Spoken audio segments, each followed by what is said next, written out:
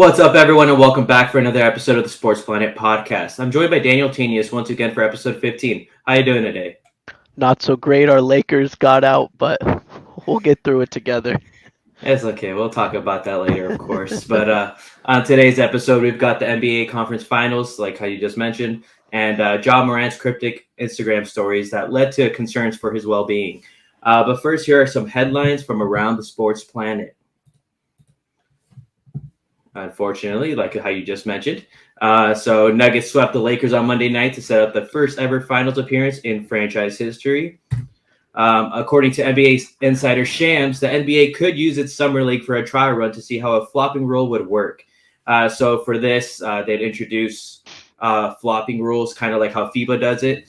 So if a referee deems that a player flopped, it would lead to a technical foul, which means a free throw for the other team.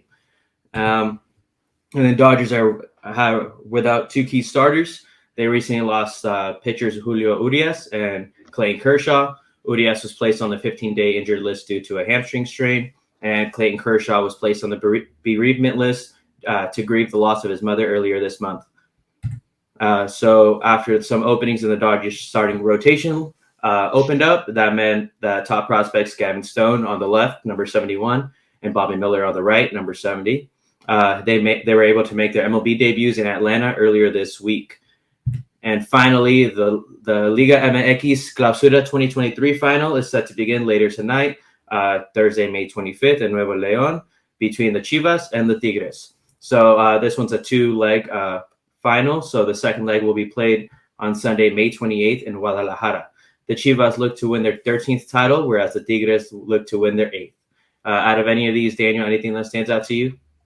There was a few, obviously, Nuggets getting past our Lakers into their first finals appearance. I mean, they're a good team. They deserved it. They're a clearly better team, better coach. So at least it wasn't a team that I hated that beat us. So Yeah, at least it was a could team always that I be worse. respect. Yeah, it could always be worse. And then the other thing was the new flop rule was something that really interesting because I've been saying this for about 2 years now because the listeners probably don't know, but I referee soccer and they brought in the rule where if you flop in soccer, you could get a yellow card. And I was like, dude, they need to bring that to basketball in Mm-hmm. some sorts, like a technical to penalize people for basically taking advantage of the refs and putting them in tough positions with the flopping. I felt like Mm-hmm. it was getting too out of control. So I feel like this is a good step in the right direction. We'll see what parameters they put around it. And I'm glad they're going to be doing something about this because as much as I love the Lakers, LeBron still flops every now and then. Yep. You also saw Jokic, one of the biggest guys in the league, flopping in this series as well. And you just don't want to see superstars flopping to try to get Mm-hmm. calls. So we'll see. I'm excited for that. And I'm going to my first Dodger game of the year on Monday to see Dodgers versus Nationals. So we'll hope for a win there. Oh, well, hopefully whoever you get, it's a good pitcher. That way you can lead to a low scoring game for the other team, and hopefully you guys get some good runs in. That way you can see the new light show when the home runs go off. There we go. Yeah. So let's begin with the Eastern Conference Finals. So far we have Miami leading the Boston Celtics 3-1. Boston won on Tuesday, and Miami 116-99 to force a Game 5 in Boston later tonight. Like I mentioned earlier, we're recording Thursday. So in this game, the Heat are going to be without Gabe Vincent due to an ankle sprain. So I honestly thought that Miami would sweep, and I was kind of hoping they would sweep just so we could be like, ha, we weren't the only ones that got swept in conference finals. But Mhm. Jason Tatum and the Celtics put in work to force a Game 5. What'd you see in what have you seen so far in the last couple games for the Heat Uh, Boston series? Honestly, I thought they were going to sweep too. After that Game 3 performance, just the Mm-hmm. Celtics looked like they gave up, did not care. Missoula had no idea what to do, just put in a bunch of just third role players in the fourth quarter Yeah. to see if they could even do something. So I honestly thought it was going to be a sweep. I was actually surprised that they forced us to 5. And now I feel like it might go 6 because Gabe Vincent has been huge for them this whole playoff run. And that's another score that they're going to be without on the road. So I Mm-hmm. do see this going back to game 6 for the Heat, but I think they'll be closing out there. Uh, Butler's been doing Butler things, same thing all playoff series. Didn't have as great of a game offensively in game 4, which is part of the reason why they lost. but we'll see what happens. I noticed also starting in Game 3, even though they got blown out, the Missoula finally went to a lineup that doesn't consist of two centers, which he's been doing uh, pretty much the whole playoffs. And I never understood when you're playing against a smaller team why you'd run two centers. Yeah, Looks like especially in he's today's making. NBA. Yeah, it's like you don't need Horford and Williams.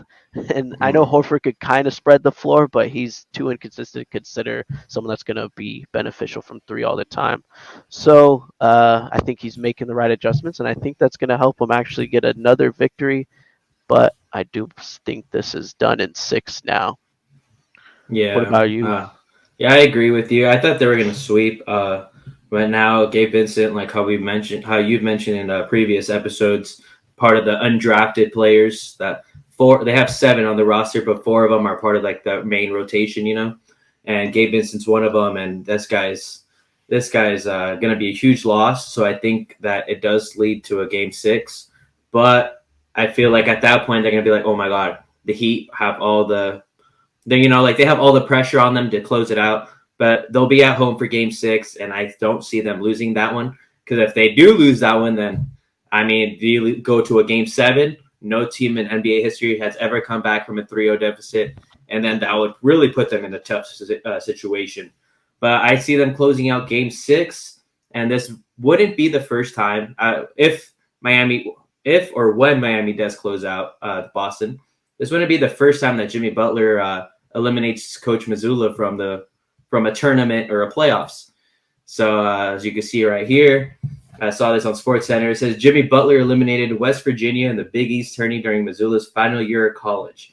And like, so imagine it's all like, man, I couldn't get away from him in college. Now in the NBA, he's eliminating me from a chance to to go to the finals. So I just saw that and I thought that was pretty funny. So Wow, that's crazy. Small yeah, world. exactly. So that's why I just wanted to point that out real quick. There was also something else I wanted to point out.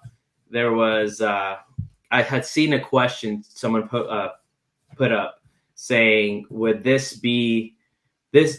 Jimmy Butler and Miami Heat championship this year be on the same level as Dirk Nowitzki and the Mavericks in 2011? So I have this right here. One second. Okay, so obviously the Mavericks won in 2011, right? That run was crazy because they beat Brandon Roy and the Blazers 4-2. They swept Kobe Bryant and the reigning 2-time champion LA Lakers 4-0. That shit still hurts, because that's when Bynum, who is it, JJ Barea goes up for a layup and Bynum just like, nah, here, like get out of here. All the frustration comes out. It was like we were hoping for a three-peat. We were thinking we would go up there against and play the Heat, but it's all like, no, the Mavericks were like on a roll, so they end up sweeping the Lakers. And then in the Western Conference Finals, they beat the Baby Thunder, who went to the finals 1 year later. So that was Kevin Durant, James Harden, Russell Westbrook, back when they were younger. And then in the finals, they end up beating the big three of LeBron, Dwayne Wade, Chris Bosh in their first year in Miami together, 4-2 in the finals to capture their championship, right? So I could see where people are coming from, because this 2023 Heat, obviously they lose against the Hawks in the first play-in game, nearly lose to the Bulls in the second play-in game, but they end up holding on and capturing the 8th seed. And then they beat the number 1 overall seed Milwaukee Bucks. So I could see right here, based off of like their resume this year, you would say yes, right? But I would just I just feel like since Giannis got hurt in that first game, that's where it kind of scales back a bit, because obviously he did come back later in the series, but he messed up his back pretty bad in that very first game. And then I don't know if you could ever really say that, sure, he played well, but you can never say that he was kind of the same, because a back injury is really serious, something that can keep you out for way longer. But obviously he came back because they were on the brink of elimination. So what do you think about this comparison of the 2011 Mavericks and the 2023 Heat? Honestly, I think it's a good comparison. And not taking anything away from the Heat. I know Giannis got injured, but like the old saying is, if you're good enough to play, then you're fine. Like if you're on the court, you're good enough to play. And he was on there, and they still lost to the number 1 seed. Obviously, if you take take Giannis away and you take Butler away from the team, and you look at the rest of the core of the Bucks and the Heat, Bucks are still miles ahead of the Yeah. Heat as far as rosters. So they're Hmm. still the underdogs regardless. And then they go in the next series. They take out the Knicks. You could say that was a little bit their easiest series compared, but Yeah. the Knicks were still playing very well. And then now they're playing against the Celtics, which is number 2 seed, and Hmm. Celtics are on paper, you could argue, the best team in the league at one Hmm. point. So they're beating the best teams in the league, and now they're about to face the other 1 seed from the West. So I do think it's just closely equivalent as the 2011 run by the Dallas Mavericks. And this is a Hmm. first time in a while, if they do end up winning, that you're going to see um, a player where it's just a star player and a bunch of role players, not the two Yeah. stars getting it done. And I feel like that's what also compares to, because Dirk was a star and he had lots of role players with Sean Marion, Jason Kidd, JJ Barrera. Um, so he has all these role players with one star player. We don't really see Hmm. those type of teams win championships as often anymore. It's usually two stars and lots of role players. That's Yeah. usually Yeah. been the formula for championship runs. So I like the comparison. I think even might I wouldn't say harder. It might just be just about the same. We'll see if they're able to complete it though. I'm Yeah. rooting. Because I like, know I'm rooting for. yeah, if or when the Heat make it to the finals, I'll be rooting for the Heat, but I think the Nuggets win it just because they're so stacked. They have a complete team. Nikola Jokic is just playing on a whole other level. Jamal Murray's playing on another level. It's just they're. I feel like the Heat are the hottest team right now in terms of like everyone meshing well, playing well at the same time. Pun But intended. then yeah, I guess yeah. But on the other side, the Nuggets are the most complete team in the NBA. They have everything that you can look for: size, defense, shooting, like a bunch of stuff that like MVPs. Even though he didn't win it this year, Mhm. Nikola Jokic, he's crazy right now. So like in terms of the comparison, I give the slight edge to the Mavericks just because of the teams that they went through. In terms of the Lakers, obviously just coming off 2 championships, and then the Baby Thunder. Obviously, they weren't at their what's the word? They weren't in their prime, Yeah. but they were still a good team. Obviously they made it to the Western Conference Finals, and then they beat the Heat. Maybe if it's a year later, I don't think they beat the Heat because that was their first season. They had just came out of 2011. Oh no, they weren't in the lockout yet, but that was their first season together, right? So obviously they had to learn how to play together. Who was going to finish? Because they were like, is LeBron going to take the last bucket? Is it going to be Dwayne Wade? Or what if Chris Bosh is open? Is he going to take it? Like a bunch of questions and marks. But then they finally realized, okay, this is LeBron's team, even though Dwayne Wade's been here longer. So I would say, in terms of the skill level, just slightly ahead are the Mavericks, just because of their opponents. I mean, but like the Heat, I would put it up there as one of the most difficult championships as well. Definitely a respectable comparison for sure. Hmm. Anything else you want to say about this before moving on to the Eastern Conference? I mean, Eastern Conference. Sorry, Western Conference Finals. No, nothing. No. All Go right. Hemi Butler. I'm rooting Kimmy. for him. Yeah. So Western Conference Finals, man. Obviously, we've alluded to it. Denver Nuggets ended up sweeping the Lakers 4-0. Don't So remind me. I'm sorry. We have to be unbiased for a bit. So Yes. obviously, Nuggets swept the Lakers 4-0, and congrats to them. They were the better team. So they're making their finals for the first time in franchise history. So honestly, when this happened, I was so pissed off at first, but then a couple minutes went by. I slept on it. Later on, like the next day, I was all like, I can't even be mad because this team came from 2-10, being what 13th place in the Western Conference, to getting the 7th seed and making it all the way to the Western Conference Finals. So Mhm. like obviously I was pissed off because it's like you could say that and be like, but the goal was so close. But if you were to think back to November, you would not have been like, oh yeah, this team's gonna make the playoffs. Like we're gonna be in the lottery at that point. So I'm mad because they were so close and the late game execution. I felt like Darvin Ham didn't make the correct adjustments at times, and so like every game was so winnable for the Lakers. Obviously, they're down by 21 points in game one, but they storm all the way back to cut it to 3 points with less than a minute. And that was a winnable game at that point. They could have won that one. Game two, they have the lead. They could have won that one. Game three, they had the lead, blow it again. They could have had that one. Game four, they had the lead and blow it again. So, it's like, so Denver sweeps 4-0, but it could have easily gone, I shouldn't say easily, but it could have gone 4-0 the Lakers' way.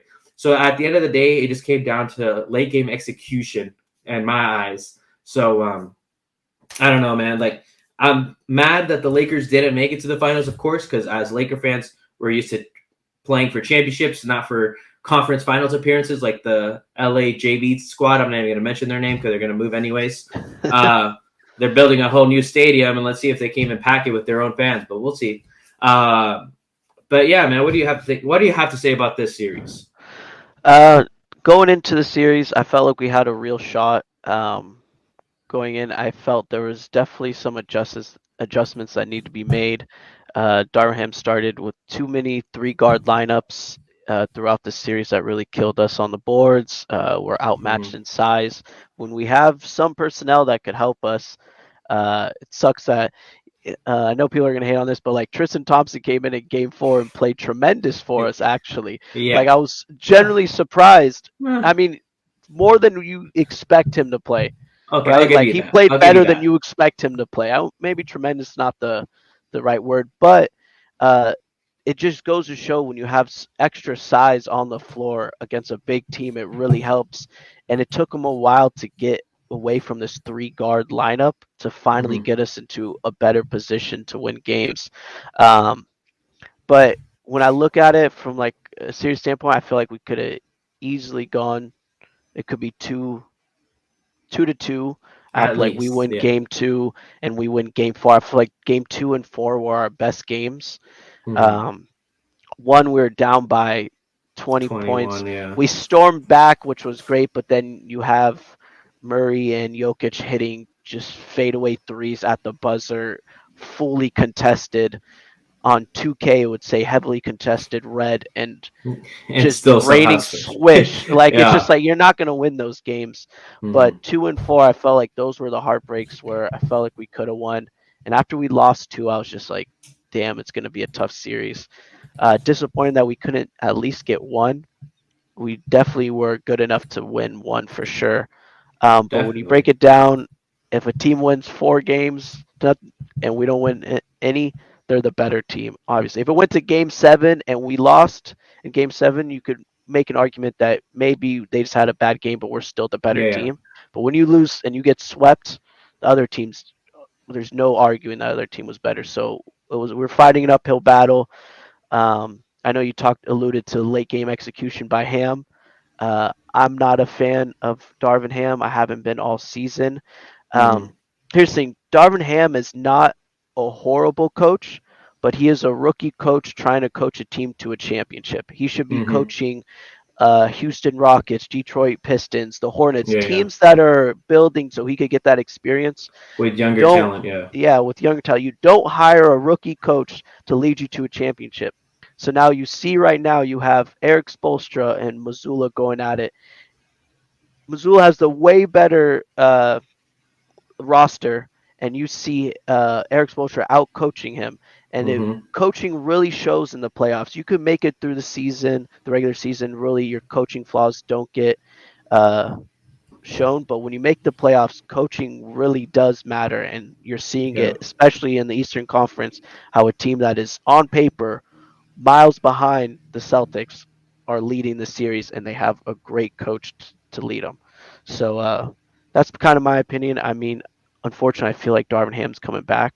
I hope he Yeah. doesn't, but he's going to be coming back, and we're going to have to Yeah. kind of deal with it. So hopefully hopefully he watches film and see how he can adjust next season, because he has a lot to improve on. Yeah, man. So you kind of alluded to it real quick before I show this. That's like Joe Mazzulla. I had seen some players. I had seen a report that some of the Celtics players never got over the Ime Udoka situation and how they handled the firing. And then I had also seen another report where they were saying that even the locker room, they never really, or not the locker room, sorry, that some player had said that Joe Mazzulla doesn't even draw up plays. Like on offense, they're just playing pickup basketball. So it's like how you were saying that that's kind of cool during the regular season, but when it comes to the playoffs, it's a whole different game because it becomes a half court game rather than that full court fast break type throughout the whole season where you see teams scoring 120 plus. Now you see teams barely scratching 100 in the playoffs because it becomes a half court game, and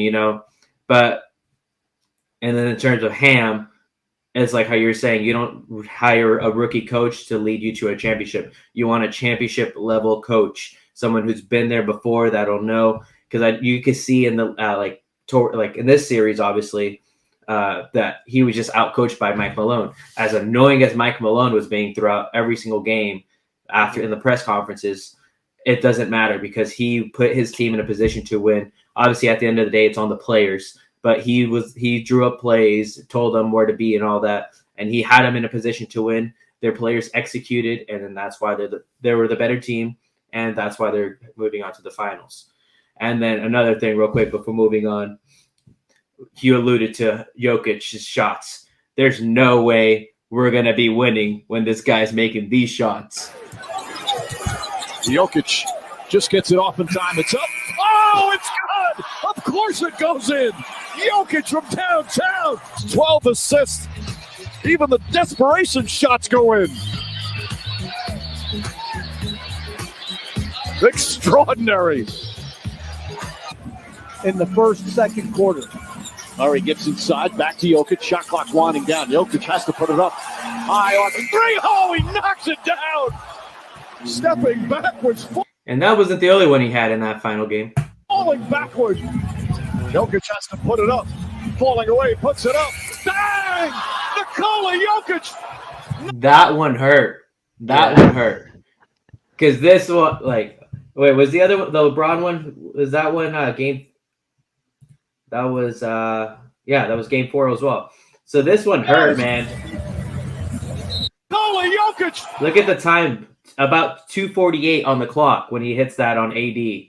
Away, puts it up. The dagger. They were up by 3, makes it a 6-point game. Jokic knocks it down. It's Crazy.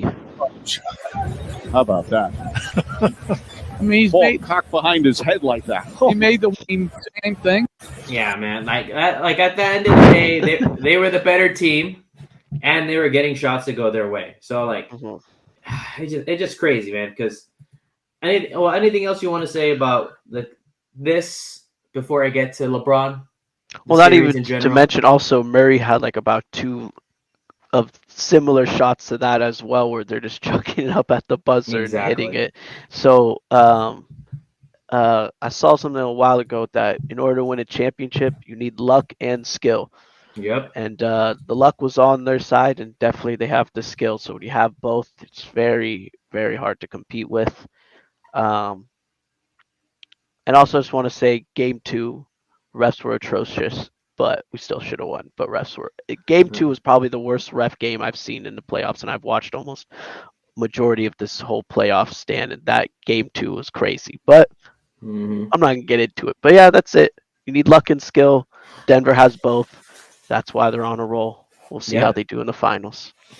Yeah. So, like I said earlier, I expect Denver to win, but I'll be rooting for the Heat just because of playoff Jimmy Butler. But the crazy thing about all of this, Denver sweeps, right? And then right after the game, I saw on SportsCenter they were talking about it, but then they're like, but wait, that's a subplot. You know why? Because LeBron James might be retiring. Excuse me. So it's all per Chris B. Haynes, and then Dave McMenamin also, from ESPN also mentioned this. LeBron James is considering retirement. I'm putting air quotes for those listening. It says James is unsure if he'll be with the Lakers to start next season, man. So for me personally, I do not think he's being serious at all. I have 2 reasonings for why I think this is coming out. One, he just wants people to stop thinking about the Lakers getting swept or himself getting swept. That way they start talking about that legacy part, whatever.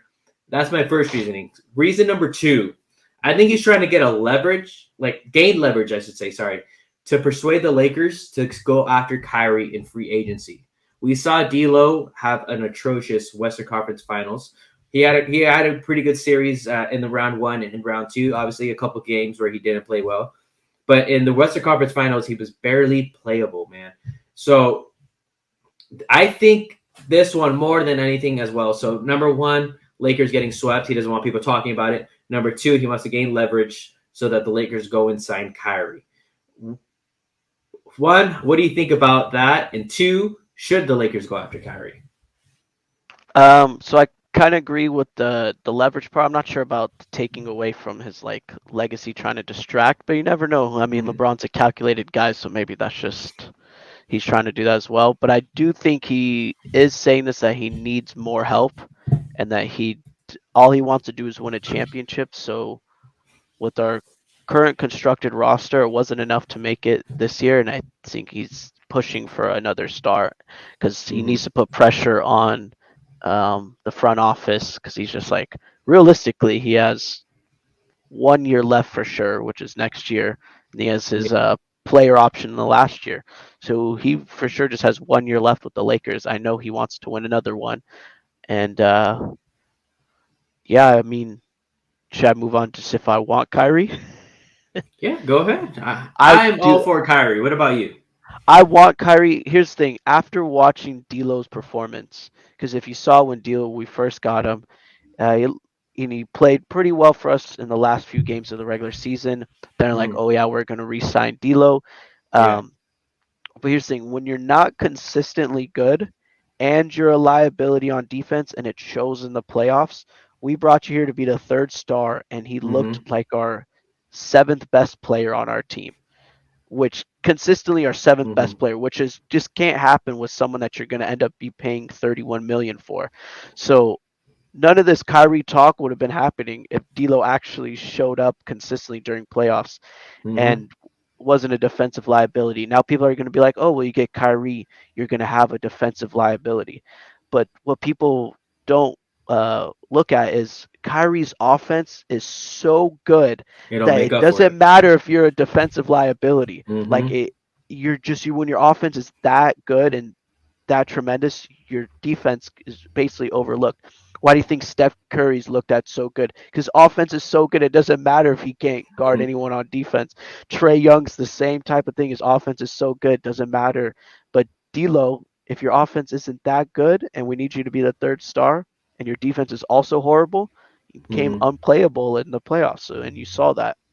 So I'm all for it, because I've been reading a lot, and it seems like no matter what, we're keeping Reeves, and even when we keep Reeves, we could still get we could get Kyrie, but we just won't be getting Rui. So it's just like, would I rather have Rui Hachimura or Kyrie Irving? It's pretty self-explanatory at that point. I love Rui, but when you break it down to that simple of terms. So I personally, I'm all for Kyrie, and I feel like everyone's gonna be like, oh, he's a nutcase, he ruins locker rooms. But I feel the one thing we have to help prevent that is LeBron, someone that he's won a championship with. And I like to say Daddy LeBron will keep Kyrie in check if he's on the Lakers. Let Daddy James or what? Let Daddy James. Yeah, man. At the end of the day, if because like you also mentioned Trae Young, that's another rumor. Trae Young, Fred VanVleet, these are rumors that from other NBA insiders have mentioned, saying that the Lakers have them at as one of their top targets, but it's that D'Lo's Western Conference performance. It was terrible, man. He averaged 6 points, 3.5 assists, 2 rebounds per game in only 23.5 minutes. A starter like him should be playing minimum 36, and he should be averaging at least 18-ish points, like how he was earlier in the playoffs. But it's all we needed D'Lo to be that 3rd star, and he showed that. Obviously, at times he was the main guy, in a couple of games. But then in other games, he showed that I can't be that 3rd star for you guys. I can't even play in the 4th quarter. I'll start the game, play a couple minutes, and then you can't put me in for the rest of the game because I'm just that much of a liability. And then I also saw that he only attempted 4 free throws. So it's you got to be more aggressive than that, So just real quick to finish this off, if you could have any of those, if what would you rather do? Re-sign D'Lo, keep Rui and Reeves, or only be able to keep one of Rui and Reeves? Or only keep one of Rui or Reeves, and then sign and trade for Kyrie or Trae Young.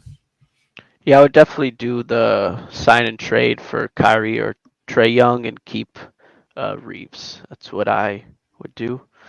And I feel like that's the best because people don't realize if you're a Laker fan, we have basically one more year that we actually have a chance to win the championship, which is next year. And after that, we might not be in the picture for a certain amount of time. So we need to chase it while we have a chance, and a third star is gonna take us there. And the difference between this third star in terms of the Russell Westbrook one, third star, is that this player will be able to actually shoot and play off ball, right? So Russell Westbrook is a player that I'm like, he used to have that mid range, but now he's more like attack, and he has to be around the rim.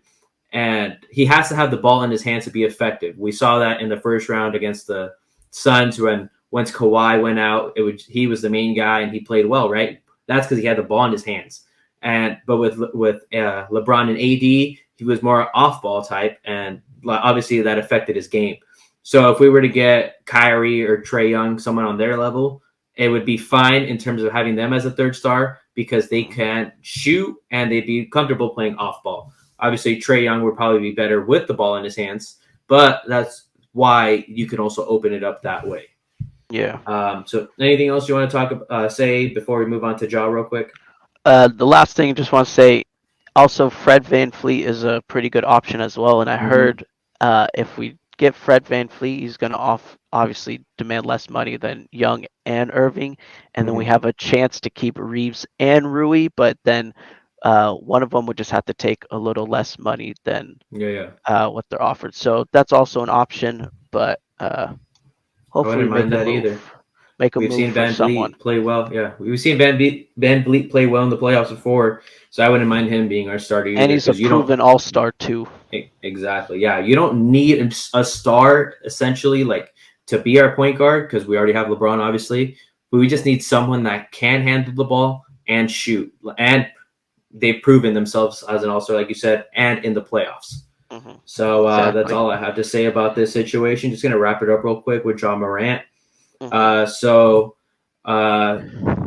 was reports that he got a welfare check from Tennessee police following some cryptic Instagram stories. Honestly, when I saw welfare check, I was like, wait, why is he getting paid? I was all like, and then I looked into it. He needs more money. And then I was all like, is he getting paid because he got suspended or Give me the welfare check, dude. Yeah, exactly. But then I looked into it, and then I realized they meant like a well-being check, or like check-in, I should say. Yeah. So he posted these stories right here.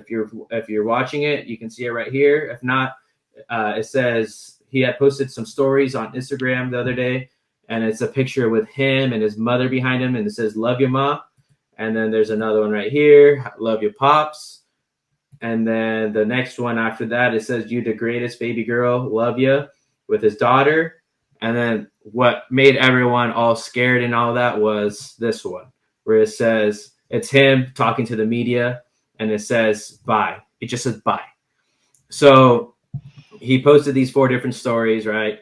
But officials told ESPN that Morant was just taking a break from social media. That was the point of these posts.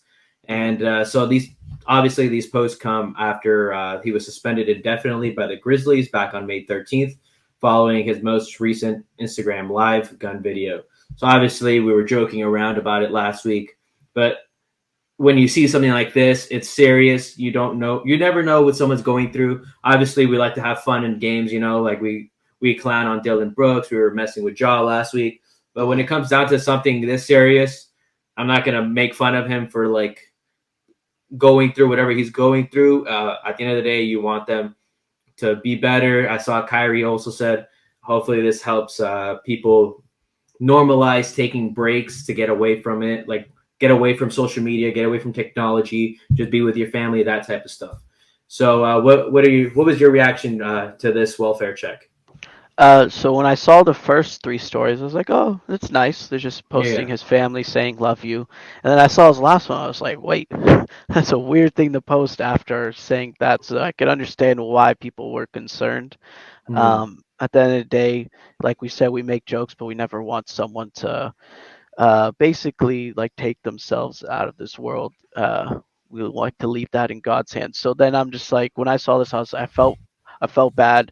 In another sense too, I was just like, it's also weird to post it on social media. Mm-hmm. I always just find posting on social media for attention is just a little weird, but maybe that's the attention he needs to get the help he needs. So I kind of tried shifting my perspective into a more positive one, that maybe he's just posting these for attention to get the help that he needs, and that's kind of his way of putting himself out there to kind of do what he needs to better his life. And I do think a social media break is good. I think it's good for everyone. Everyone gets bogged down in life and just think that their life revolves around their phone and what Mm-hmm. everyone's posting on the internet. But then when you step out, life is going and completely different than how it just looks on your phone. So I think it's good for him to step away. Definitely, like we both said, we make jokes about, but we all want to see him on the basketball court, and we all want to see him thriving in the NBA because he's a great player. So Mm-hmm. definitely scared me with the last picture, but glad it was just meaning he's stepping away from social media. Maybe next time Yeah. just say bye social media. just Yeah. add those, It's just add not those, giving everyone a scare. add Yeah. those two words after it, so you don't scare people that like really, really like his family and stuff that Yeah. like really Yeah. love him. So, but yeah, Yeah. that's about it. I just want to end this topic with just one thing. You never know what someone's going through. So if you obviously, like we've been saying, we joke around, but when it comes down to it, all seriousness, we hope Ja gets better, gets the help that he needs, and we want to see him back. Obviously, he's not going to be back for the first probably quarter of the season after getting. He'll probably get a lengthy suspension, but hopefully, Ja actually does learn from the second time, and I look forward to his return. So just real quick before we wrap it up, things you love to see. Mine is this one right here. Like we already mentioned it in the headlines, but for this week's things you love to see, I'm picking NBA to finally penalize flopping. Obviously, we know that LeBron is one of the biggest floppers, but there's floppers throughout the whole NBA. So I really want this to be implemented next season because one, it ruins the game because it really influences the refs' calls, and two, I hope that they start incorporating a little bit more FIBA rules because also we saw it with the goaltending goaltend calls. There was a lot of calls that were pretty close, but in FIBA rules, once the ball touches the rim, you can touch it right after, because you can interfere with it as long as it's already touched the rim. So I hope this one leads to a couple more FIBA rules. That way the game gets back to being a little more aggressive and not as much tic tac call fouls. Mhm. And for Daniel, we have this parlay. If you want to mention it right here, the parlay in Yeah, the delivery room. so this guy's in the delivery room waiting for his baby to arrive, and he bets $5 on a parlay and hits for $2,700. And I thought this was just a feel good moment. You got probably already the best day of his life, bringing in a child into this world. I know my parents say that's always the best day of their life when they bring me and my siblings in. So it seems Yeah. like the thing to say. Don't have kids yet, so I don't know, but the best day of his life, and just bet $5 and made it to 2,700. Looks like he'll be good on diapers for about a week. And I saw in the comments that Uh, he should name his kid Parlay, and I thought that was probably the funniest comment I've seen. So it's a feel good thing. Everyone likes making money, but making money on the day of one of your kids being born is even better yeah. too. Looks like he got a payday. He got a baby on the same day as payday. So it was a win-win. Yeah, it's a win-win situation.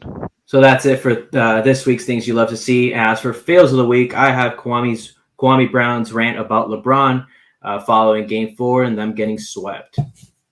You a stat sheet junkie. You a bad boy when it comes to stats. throughout history, people are gonna, the little nerds are gonna look up your stat line and they're gonna say he's got to be the greatest player that ever played the game, and people who actually play are gonna know that is bullshit. I have never seen a guy of your caliber, supposed caliber, you don't even get a shot off. I played with Richard Hamilton, he would have got a shot off. Hell, Gilbert Arenas would have got a shot off right there. You didn't even get a shot off. You don't even know if you would have hit the goddamn shot. You ain't even get it off. I used to watch. Where's your little touch move? You supposed to be the best scorer in the game. You got all these points, but you were looking for a bailout again. Kobe Bryant would have probably looked at rolls up for a 3 and won the game. That's what great people do. You can't say that you great. You got to do great things.